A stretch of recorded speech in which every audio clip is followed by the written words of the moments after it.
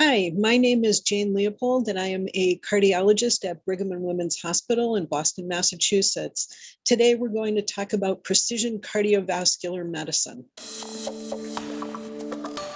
Well, precision medicine is an area of medicine that aims to tailor disease prevention and treatment to take into account differences among people in terms of their molecular makeup, their environments, and their lifestyles. The goal of precision medicine is to target the right treatment or intervention to the right patient at the right time. And this is important because now most of our medical therapies or interventions are really designed for the average patient.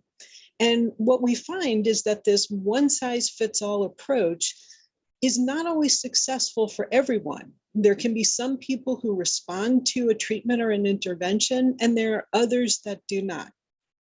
In order to think about precision medicine and think about incorporating everything we know about someone's molecular makeup or their environment or their lifestyle, we need to know a lot about individuals.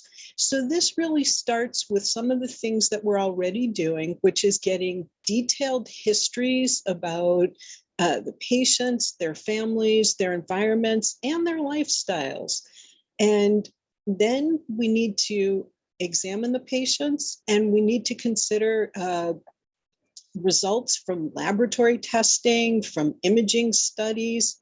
And importantly, we can't forget to think about patients on a molecular level.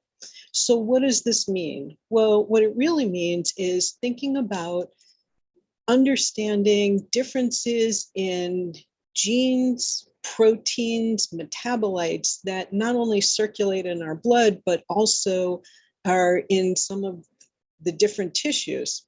What we need to do in order to do this is get samples of either blood or tissue and really do these detailed molecular analyses and figure out how patients are the same, how they're different, and what makes every individual unique. While this is a nascent field, there are several studies that actually support the idea of using a precision medicine approach. One of the first things is that when we see patients who come in with cardiovascular diseases, we recognize that the diseases are very heterogeneous. So some of the examples come from things like looking at patients who have an acute myocardial infarction or a heart attack.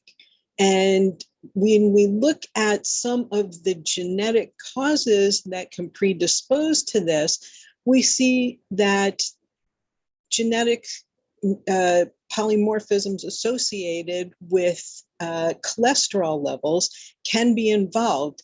And yet there are people who have these polymorphisms and have very mild disease. There are some who have very severe disease, and there are likely people out there who have no disease. We can also point to other cardiovascular diseases that have the same kind of associations with genetic polymorphisms, yet the spectrum of disease is vast or patients don't have the disease.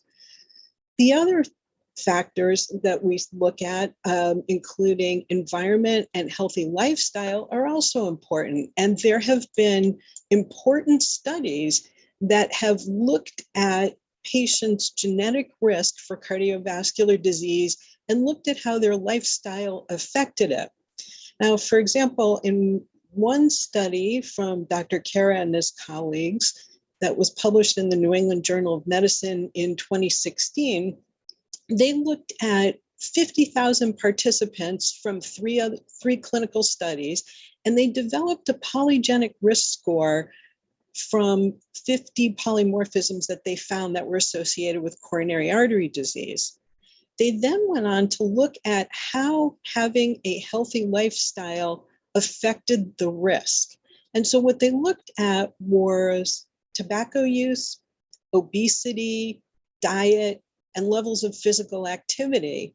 And they scored this for each of the participants in the trials. And what they found was those individuals who subscribed to a healthy lifestyle had actually lower genetic risk than individuals who didn't. And so the lifestyle factors were actually able to modify the genetic risk. We wouldn't have known this if we hadn't had all of these data together. So there is relationships between molecular signatures and lifestyle and environmental signatures. And we need studies like this that can really put the two together. It could have a big impact on daily clinical practice. For one, it does require gathering more information. However, what this can do is it can help us to identify patients who may respond to a treatment that a large clinical study suggests we should be giving to a patient that has the particular disease or disorder that you identify in the clinical visit. So, for example, if we were able to know that by taking a blood test and by doing some rapid assays, that a patient had a marker that says that the patient would respond to a medication, we would prescribe it. If they don't have the marker and that indicates that the patient wouldn't respond to the medication, then we would move on to another choice. So this is an area that will actually inform our clinic visits, and one that will likely redefine how we're holding our clinic visits. The take-home message is that this is an exciting new area and a developing field that really is likely to change how we practice medicine. And although it seems daunting because of the large amount of data collected, that this will be refined over time. We have seen changes in how all of these markers are measured. They have become faster to obtain, they have become less costly, and we've seen faster ways to actually integrate data to give us the information that we need.